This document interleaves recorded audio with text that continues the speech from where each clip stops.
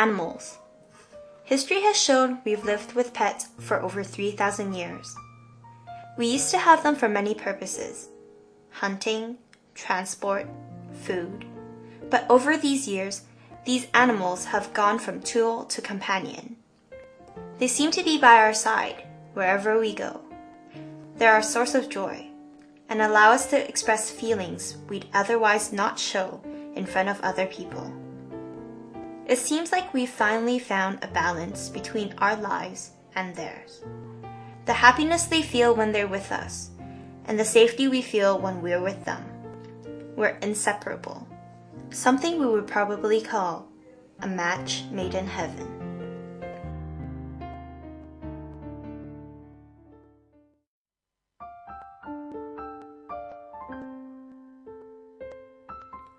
Animal welfare has been an issue in Hong Kong for many years. Although many animal lovers adore pets such as dogs and cats, there are still many of them that are regularly abused, ill, and abandoned. Many pet owners tend to take good care of these domestic pets at first, but later on they start to ignore and neglect them, and eventually they become abandoned by their owners. Keeping pets is actually a relatively new practice in Hong Kong because in the past, animals were often seen as a food source. However, this has changed over the recent decade as domestic pets such as dogs and cats have increased in popularity. This is due to the fact that they are great companions for humans. The cause of the mistreatment of animals is due to the large number of animals that are created from owners not neutering their pets. In the end, it leads to a surplus of animals on the streets. Moreover, awareness for animal welfare has been raised because some owners physically abuse their pets. Because of these owners, some pets end up having deep cuts, wounds, and scars on their bodies that serve as a reminder of their past. There are many ways that a pet can be treated cruelly, and this is mostly through emotional and physical harm. Some pets are mistreated because the pet owners do not give the basic needs to their animals. Other owners physically harm the pets by hitting and beating them. There is also emotional harm, where pets are often neglected and ignored because the owners do not understand them. Because of these reasons, these pets are eventually abandoned and put on the streets or in shelters. However, many owners try to give reasons for their doing, such as owners having to move to another place, having no time to take care of their pets, allergies, and cases where the owners consider that their pet is too old, has a disability, or has behavior problems. Animal welfare has become a big issue in Hong Kong. We've had many cases arise in the past couple of years with cats being found on the street. These are street cats, mutilated. They've been beaten and tortured by humans. We haven't actually managed to catch the people that have done it, but you know, it's been pretty dreadful. The problem is that one of ignorance. It's really people buying puppies on impulse, buying them as gifts, which is really the worst thing that you can do. Buying them without having any idea about how to look after them, and then subsequently finding that they really can't cope, and then either keeping them in a cage or shutting them away in the bathroom or ultimately abandoning them. One of the things that we do at Hong Kong Dog Rescue is to give a dog time and space, and that means that there's no pressure on a dog to behave, there's no pressure on a dog to sit, give paw, do all those things. A dog will quickly understand that nobody's going to smack it.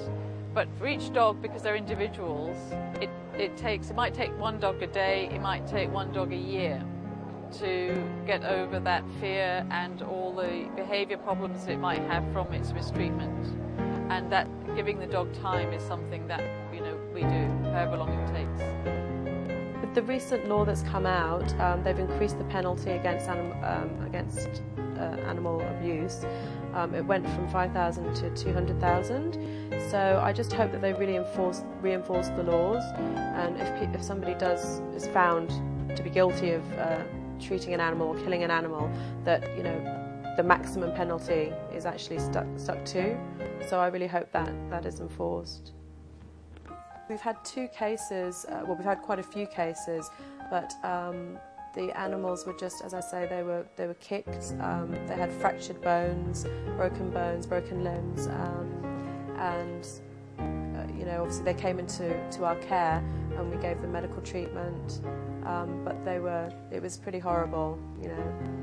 Kittens as well. I mean, just treating animals the same as humans as well, you know, having that, you know, if anybody is going to adopt an animal, keep it for life. Don't just expect it's going to be with you for 5 years. You know, your animal's going to be with you as long as maybe you live. So just to, you know, to be aware of that as well. There are many ways we can help improve animal welfare in Hong Kong. The most important thing to do is to de-sex your pets so that there won't be chances of more pets being created and then abandoned. We can also help by adopting a pet, donating money and toys, and volunteering at the different animal welfare organizations in Hong Kong. However, the most important thing to do is to provide your pet with a stable home by taking good care of them and loving them.